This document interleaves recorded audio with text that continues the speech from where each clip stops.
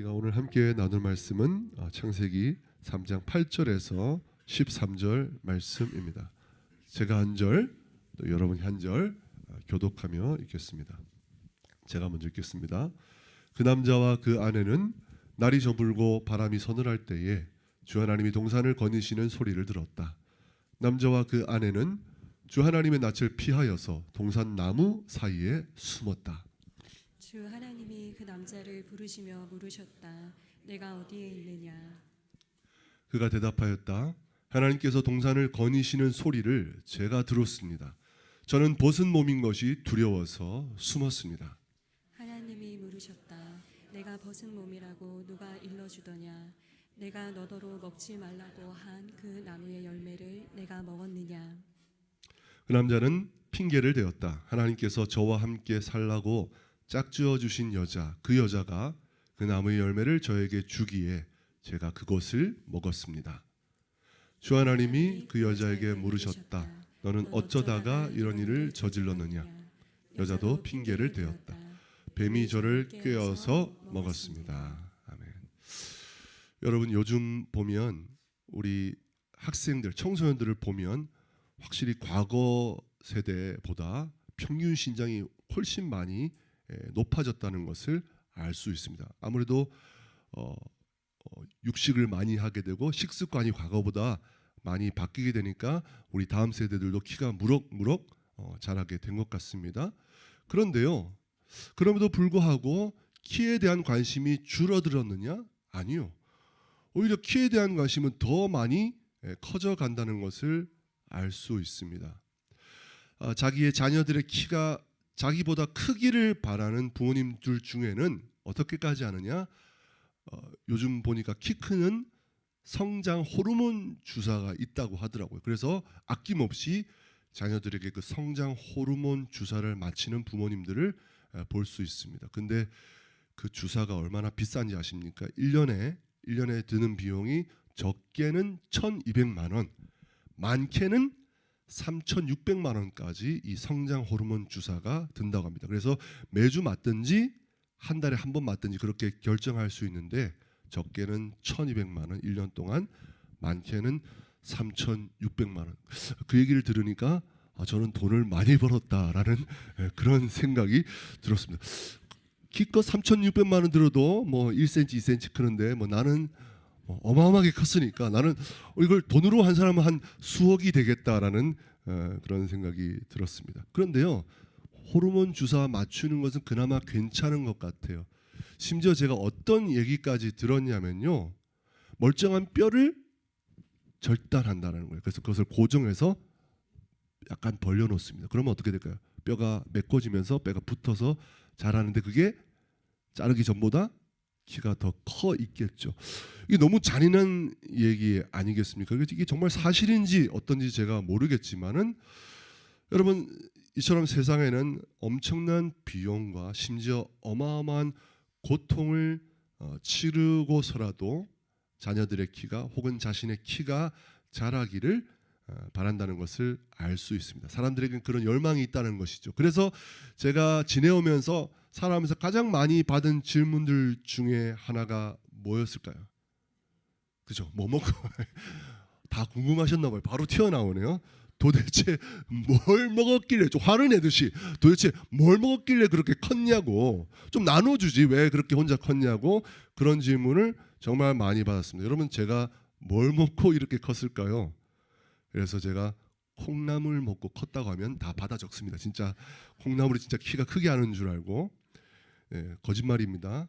저는 특별한 것을 먹지는 않았습니다. 그냥 남들보다 굉장히 많이 먹었습니다. 초등학교 1학년 때, 지금도 기억나는데 아버지 성인 밥그릇 5그릇을 막 먹고, 이제 어머니가 이제 쉰밥이라고 이제 플라스틱 그릇에 담아놓은 걸 막 먹다가 혼이 났습니다. 도대체 그만 먹으라고, 기둥뿌리가 썩어 나간다고 해서. 그래서 저는 이제 식당에 이제 회식, 이제 가족 말고 여러 가족들이 모이는 회식에 이제 초대돼서 제가 식당에 들어가게 되면 아버지께서는 제가 앉기도 전에 그런 말씀을 하십니다. 그만 먹어라. 이제 식사도 주문도 안 했는데 밥도 안 나, 그만 먹어라. 그렇게 계속 저를 손가락질 하시면서 했던 기억이 납니다. 저는 모르겠어요. 계속 먹히더라고요. 그래서 정말 많이 먹었고요. 그러면 또 옆으로 찔 수 있는데 아무래도 저는 이게 찌지는 않고 어머니의 유전자 때문인지 이게 살로 가지 않고 이게 키로 갔던 것 같습니다. 그래서 좀 많이 먹고 또 중요한 것은 뭐다? 어머니의 유전자다. 어머니가 49년생인데 72이시거든요.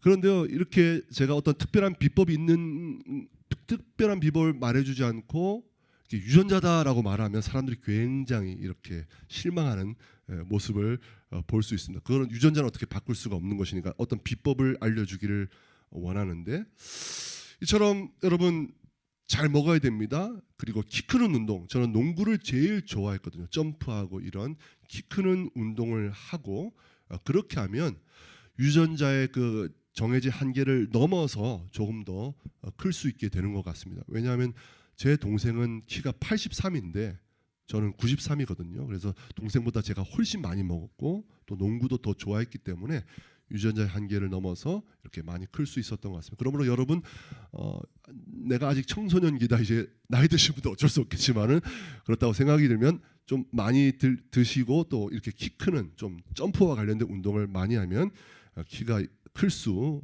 있을 것 같습니다. 여러분 제가 오늘 시작부터 키의 이야기를 하는 이유는요. 사실은 성장에 대한 이야기를 하기 위해서였습니다.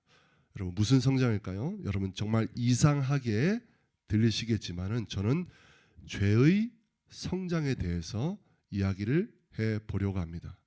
사람들이 제 큰 키를 보고 굉장히 놀라고 궁금해했잖아요. 그래서 도대체 뭘 먹었길래 이렇게 크게 컸냐? 그렇게 사람들이 물었지요. 그럼 저는 그것과 마찬가지로 우리가 가지고 있는 이 세상의 죄의 그 커다란 영향력을 보면서 우리가 똑같이 놀라면서 이렇게 질문해야 한다고 생각합니다. 도대체 죄가 뭐길래, 죄는 도대체 무엇을 먹었길래 저렇게 크게 자란 것일까? 여러분 사실상 우리의 삶에 가장 큰 영향력과 심각한 영향을 미치는 것이 바로 죄이죠. 세월이 흐르고 성장하고 성숙하고 많은 경험을 하고 지혜가 쌓였지만 그러면 우리 삶의 죄의 영향력도 줄어들어야 될 텐데 그러지 않다는 것입니다. 여전히 그 죄는 내 삶에서 강력하게 작용하고 있고 때로는 심한 고통을 주고 때로는 영적 실패를 경험하게 한다는 것입니다.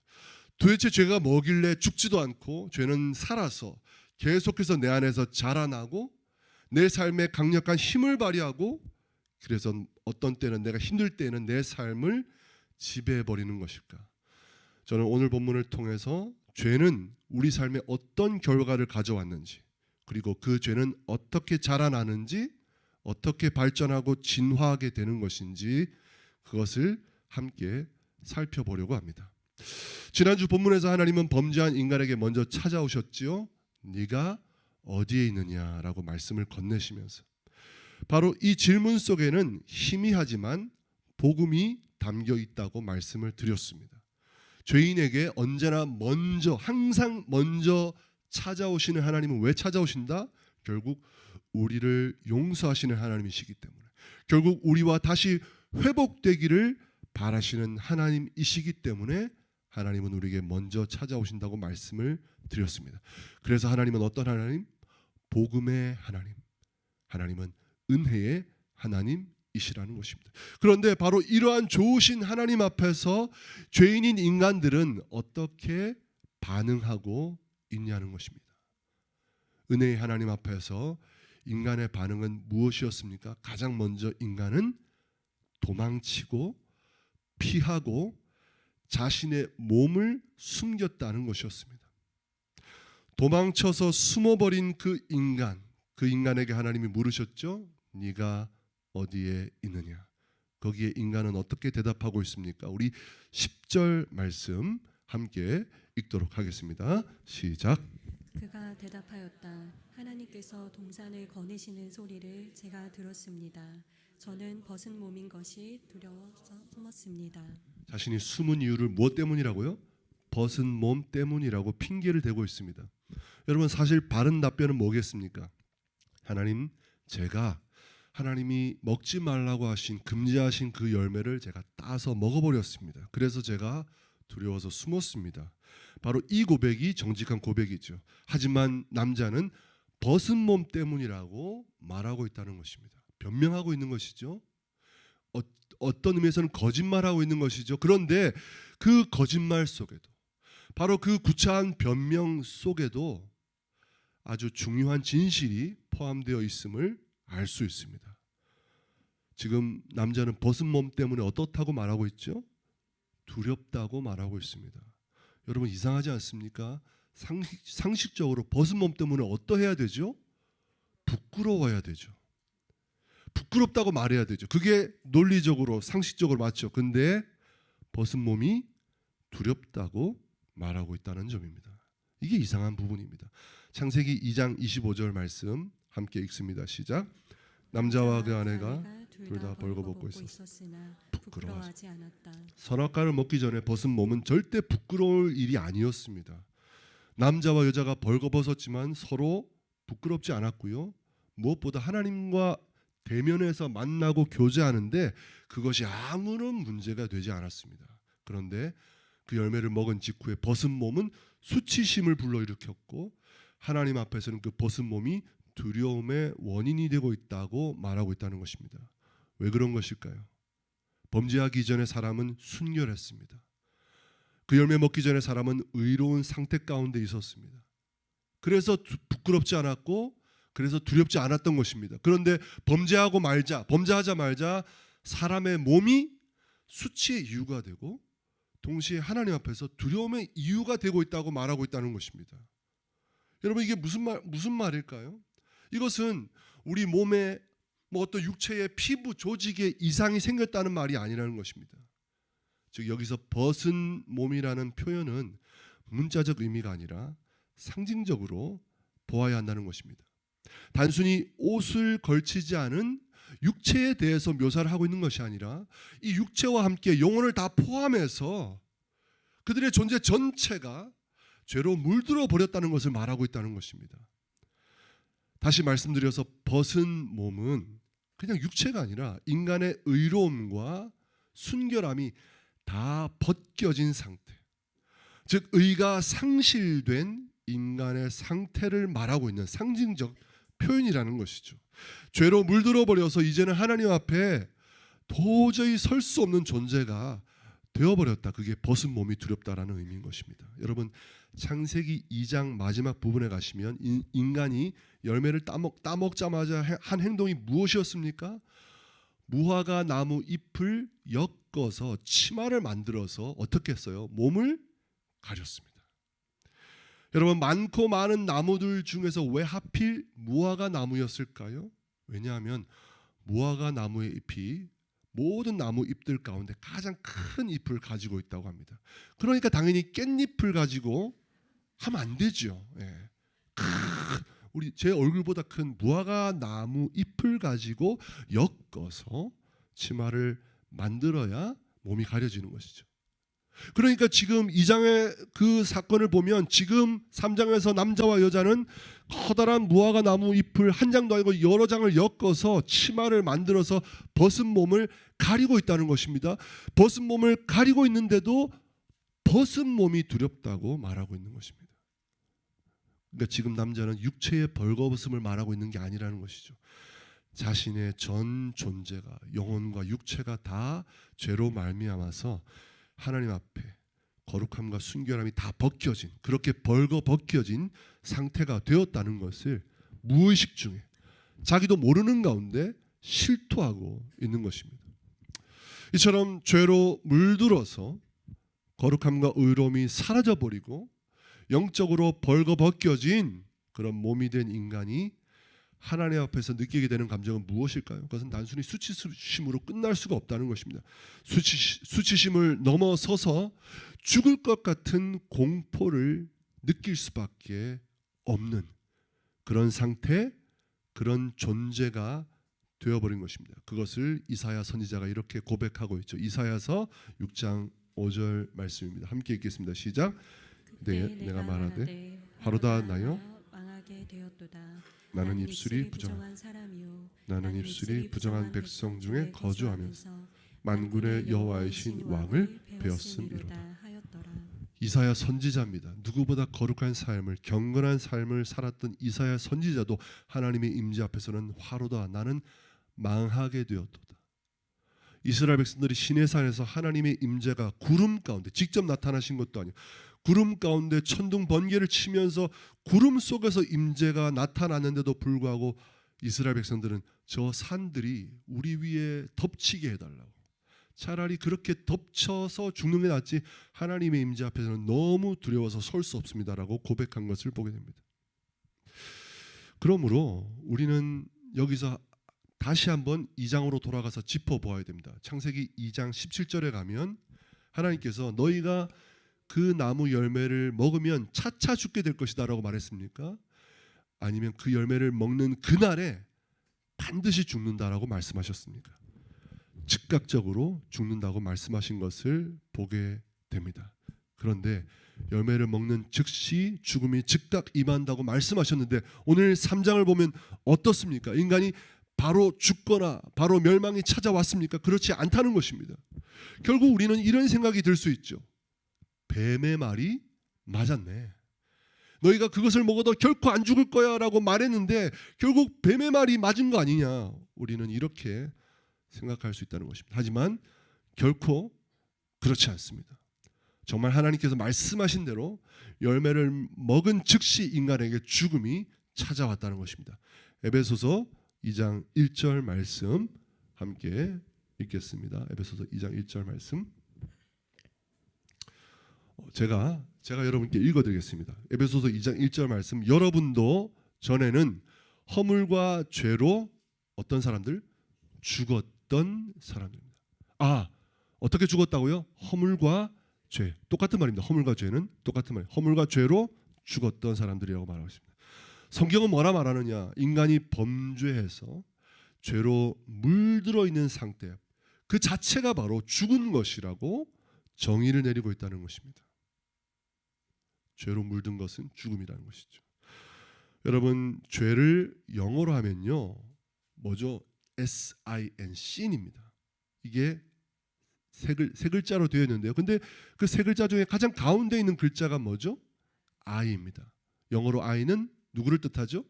나를 뜻합니다. 즉 죄는 무엇일까요? 나 중심성이 죄의 본질입니다.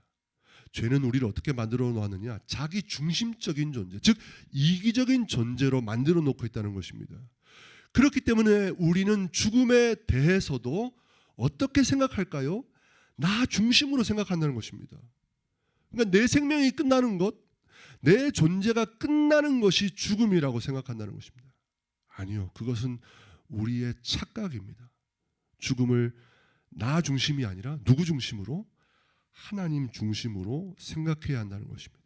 죽음을 하나님과의 관계 안에서 생각해야 한다는 것입니다. 즉 생명은 내가 호흡하느냐, 내가 살아있느냐, 그게 생명이 아닙니다. 죽음은 내 호흡이 멈췄느냐, 내 심장이 안 뛰느냐, 그 문제가 아니라는 것이죠. 내가 살고 죽는 것을 내 중심이 아니라 누구 중심으로 생각해야 된다고요? 하나님 중심으로 생각해야 한다는 것입니다. 그래서 하나님과의 관계가 끊어졌느냐 아니냐, 내가 하나님과 연결되어 있느냐 떨어졌느냐, 바로 이것이 우리의 생명과 죽음을 결정짓는 가장 중요한 본질, 핵심이라는 것입니다. 인간이 하나님의 명령을 어기고 선악과를 따먹자마자, 즉 인간이 죄를 짓자마자 그 죄는 하나님과 인간을 분리시켜 놓고 말았습니다. 생명의 근원이신, 복의 근원이신 하나님으로부터 끊어져 버린 것입니다. 곧바로 죽음이 임한 것입니다. 허물과 죄로 죽은 것입니다. 하나님 말씀이 맞는 것입니다. 그런데요, 그 죄를, 그 무시무시한 우리에게 죽음을 가져온 그 죄를 아무리 가리려고 해도 가려지지가 않았습니다. 아무리 큰 무화과 잎, 두꺼운 무화과 잎으로 몸을 덮었고 빽빽한 나무 숲을 속에 숨었음에도 불구하고 그 죄가 숨겨지지 않으니까 큰 두려움과 공포가 몰려온 것입니다. 그런데도 인간은 어리석게도 계속해서 무엇합니까? 자신의 죄된 상태를 숨기고 은폐하려고 한다는 것입니다. 여러분, 그렇게 죄를 감추고 숨기는 행위는 어떤 결과를 낳느냐? 죄를 더 깊고 심각한 것으로 변질시켜 간다는 것입니다. 여러분, 오늘 본문 이후에 이어지는 남자와 여자의 말을 보십시오. 그 말 속에서 이미 죄가 발전하고 진화하고 성장해 가는 것을 볼 수 있습니다. 언제나 죄는 무엇을 통해서 성장하는가? 무엇을 먹고 자라는가? 은밀함, 어둠, 사람들이 모르는 감추어진 환경 속에서 죄는 자양분을 공급받으면서 무럭무럭 자라게 된다는 것입니다. 여러분, 이 세상의 모든 심각한 죄들도 처음에는 사람들이 알아채기 힘들 만큼 아주 작고 사소한 것에서부터 시작되었습니다. 하지만 그 죄가 계속해서 은밀하게 사람들이 모른 채 감추어진 채로 머물러 있게 되었을 때 결국 그것은 커질 대로 커져서 이 사회가 통제할 수 없는, 한 개인이 통제할 수 없는 상황으로 몰아가게 되는 것을 볼 수 있게 됩니다. 우리가 매스컴에서 이미 드러나 버린 그 끔찍한 범죄들은 다 사소한 것에서 어둠을 자양분 삼아, 비밀을 자양분 삼아 그렇게 커갔다는 것입니다. 그러므로 어떻게 해야 될까요? 그 자양분을 끊어야 되겠죠. 우리가 범죄했을 때 도망치고 숨는 거 아니라 빛 되신 하나님 앞으로 나아가야 되는 것입니다.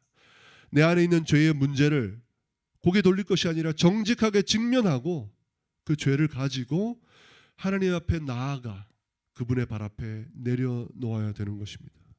우리가 그것을 미루면요, 결국 죄는 우리 안에 있는 어둠 속에서 서서히 눈치채지 못하게 서서히 자랄 수밖에 없게 되어 있는 것입니다. 그러므로 빛 대신 주님 앞으로 계속해서 나아가는 여러분 되시기를 주님의 이름으로 축원드립니다. 이처럼 자신의 죄를 숨기고 은폐한 인간은 이제 그 다음 단계로 넘어가는 것을 볼 수 있습니다. 자신의 죄를 어떻게 한다고요? 다른 사람 탓으로 돌려버리고 있다는 것입니다. 중요한 말로 책임을 전가해버린 것입니다. 하나님께서 남자에게 누가 너에게 벗은 몸이라고 알려줬냐? 너 그 열매 먹었지? 그렇게 물으셨을 때 남자는 이렇게 변명을 하고 있습니다. 우리 12절 말씀 읽겠습니다. 시작. 그 남자는 핑계를 대었다. 하나님께서 저와 함께 살라고 짝지어 주신 여자, 그 여자가 그 나무의 열매를 저에게 주기에 제가 그것을 먹었습니다. 남자는 끝까지 정직하지 않죠. 자기 죄를 인정하지 않고 그 모든 책임을 누구에게? 와이프에게, 아내에게 다 돌려버린 것입니다. 하지만 이것보다 더 심각한 문제는요, 그 책임을 누구에게까지 돌리고 있다? 하나님에게까지 돌리고 있다는 거예요. 왜냐하면 하나님께서 저와 함께 살라고 짝지어 주신, 하나님이 짝지어 주신 그 여자가 줘서 제가 먹은 거 아닙니까? 거기에는 하나님께도 일정 부분 책임이 있다고 탓을 하고 있는 것입니다. 그러므로 남자의 모습이 참 찌질한 것이죠. 왜냐하면 그래도 여자는 남자 탓을 하고 있지는 않거든요. 우리 13절 말씀 우리 용기 있게 여자분들 한번 읽겠습니다. 시작. 주 하나님이 그 여자에게 물으셨다. 너는 어쩌다가 이런 일을 저질렀느냐? 여자도 핑계를 대었다. 뱀이 저를 깨어서 먹었습니다. 남편 탓을 하지는 않았지만 자기 죄를 누구 탓으로? 뱀의 탓으로 돌려버렸습니다. 자기가 하나님의 말씀을 무시하고 그 사악한 뱀의 말을 따랐는데도 그 끔찍한 죄를 인정하지 않고 자기 행동의 모든 책임을 뱀에게 돌려버린 것입니다. 이처럼 인간은 죄를 저지른 다음에 그 죄를 숨기려고 했고요. 그것이 실패하게 되니까 이제는 그 죄를 다른 사람 탓으로, 주변 환경 탓으로 돌려버리고 있습니다. 그 죄의 책임을 다른 데에 전가해버리는 것입니다. 죄를 다른 사람에게 전가하는 행위는 어떤 결과를 가져올까요? 전가하는 순간 내 안에 있는 죄의 문제가 축소되겠죠. 내 안에 죄의 심각성이 작아지게 되겠죠. 내가 느끼기에. 반대로 다른 사람의 죄와 책임이 막 커지고 상대적으로 나는 덜 악한 사람이 되겠죠. 이것이 반복될 때 어떤 결과가 일어나게 되느냐? 마태복음 7장 3절 말씀입니다. 읽겠습니다. 시작. 어찌하여 너는 남의 눈 속에 있는 티는 보면서 내 눈 속에 있는 들보는 깨닫지 못하느냐. 많은 사람들이 본성적으로 자신은 그래도 남들보다 의롭다고 생각하고 흠이 없다고 생각하는 반면에 다른 사람들의 죄와 세상의 죄에 대해서는 참지 못하고 분노하고 엄청나게 참지 못하는 것을 보게 됩니다. 다른 사람 얘기하는 것이 아니라 사실 제 얘기를 하고 있는 것입니다. 뉴스를 보면서 얼마나 제가 분노를 떠는지 모르겠습니다. 여러분, 왜 우리가 이런 모습을 보일까요? 우리 안에 내 죄에 대한 책임을, 내 책임을 다른 데 전가해 버리는 우리의 본성 때문에 그렇다는 것입니다. 가장 먼저 나 자신을 돌아보고 내 문제와 내 책임을 깨달아야 되는데 언제나 주변을 먼저 돌아보고 남 탓을 하게 된다는 것입니다. 타인을 향해서 강하게 질책하고 손가락질할 때, 분노할 때 그것에 앞서서 먼저 내 자신을 봐야 되는 것입니다. 남이 아니라 내 안에 있는 죄의 문제를 먼저 돌아보고 겸손하고 정직하게 볼 수 있어야 하는 것입니다. 그렇게 하지 않고 끊임없이 다른 사람의 죄, 다른 사람의 문제를 끄집어내고 그들에게 책임을 전가하게 될 때에 결국 내 죄에 대한 인식은 무뎌지게 되고 내 죄에 대한 인식은 둔감해지게 되어서 내가 방치하게 되는 것입니다. 결국 그 죄는 내 안에서 더 뿌리를 내리게 되고 무럭무럭 나도 모르는 사이 자라게 된다는 것입니다. 스스로 교만하게 되었고 스스로 굉장히 완고하게 되어버렸는데도, 그래서 하나님의 은혜에서 멀어져 가고 있는데도 그것을 모른 채 스스로 영적 바리새인이 된지도 모른 채 신앙생활 할 수도 있다는 것입니다. 사랑하는 성도 여러분, 죄는 감춘다고 없어지지 않습니다. 다른 사람 탓으로 하고 책임을 돌린다고 없어지지 않습니다. 오히려 죄를 숨기면, 오히려 죄를 은폐하면, 그리고 내 책임을 인식하지 않고 남에게 전가해버리면 오히려 죄는 우리 안에서 커지고 성장하고 진화하게 되어 있습니다. 그러므로 죄는 무엇을 먹고 성장할까요? 은밀함과 나만이 아는 어둠 속에서 죄는 커집니다. 죄는 어떻게 무엇을 먹고 성장할까요? 자기 반성이 없는 태도 속에서 무럭무럭 자라게 되어 있습니다. 그러므로 고통스럽고 힘겹지만 자기 자신을 정직하게 돌아보아야 됩니다. 그리고 빛 되신 하나님 앞에 계속해서 포기하지 말고 주저앉지 말고 계속해서 빛 되신 하나님 앞으로 나아가서 죄를 토해내야 합니다. 고백해야 합니다. 멈추지 말고 내가 또 죄 지었는데 그래도 또 고백해야 합니다. 정직하고 진실하게 자신 안에 있는 죄를 쏟아내야 됩니다. 그렇게 할 때 비로소 죄는 축소되고 죄는 정복되어질 수 있고 다스려질 수 있고 해결되는 길이 열리게 된다는 것입니다. 창세기 2장에서 인간은 무화과 나무 잎으로 자신의 몸을 가렸습니다. 그러나 죄가 없어지지 않았습니다. 그런데 창세기 3장 마지막에 가면 어떻게 됩니까? 하나님이 짐승을 죽이셔서 직접 가죽옷을 지어 만드셔서 인간에게 옷을 입혀주시는 장면이 나옵니다. 인류 최초의 가죽옷이 탄생되었다, 그 말을 하는 것이 아닙니다. 성경에서 의복은 우리의 의와 직결되는 상징성을 가지고 있거든요. 즉 하나님께서 죄된 우리의 영혼을 덮어주시고 가려주시지 않으면 우리 안의 죄의 문제는 사라지지 않고 결코 해결될 수 없고 자라날 수밖에 없다는 것입니다. 하나님께 정직하게 우리의 죄를 고백할 때 하나님은 여러분의 죄를 사해 주시고 덮어주시고 여러분의 수치를 가려주시고 여러분을 자유케 해 주실 줄 믿습니다. 그러나 하나님 앞에서 우리 스스로 죄 없다 말한다면 하나님은 반드시 때가 되면 우리의 죄를 다 드러내시고 말 것입니다. 그러므로 진짜 은혜는 죄를 깨닫는 것이 은혜인 것입니다. 그 죄를 깨닫고 하나님 앞에 가져가는 것, 그래서 진실하고 정직하게 고백하고 회개하는 것, 그것이 진짜 은혜요. 그것이 참 은혜 받은 사람의 증표라는 것입니다. 이제는 감추지 마시고 뒤로 제쳐두지 마시고 작다 사소하게 여기지 마시고 하나님께 나아가 아버지, 죄인입니다. 제가 제 인생의 주인으로 살아왔습니다. 죄인 줄 알면서도 또 넘어졌습니다. 이렇게 나약하고 교만한 인생입니다. 주님 용서해 주세요. 그렇게 마음을 다해 고백하는 여러분 되시기 바랍니다. 그렇게 할 때 하나님은 오셔서 여러분을 덮어 주실 것입니다. 죄와 수치의 공포를 제거해 주실 것입니다. 그리고 예수 그리스도 안에서 결코 정죄함이 없는 하늘의 자유를 허락해 주실 줄 믿습니다. 숨기지 마시고 죄를 빛 대신 주님 앞에 가지고 나와 자기의 죄를 고백함으로 주님이 주시는 자유와 회개의 은혜를 누리실 수 있는 여러분 다 되시기를 주님의 이름으로 축원드립니다.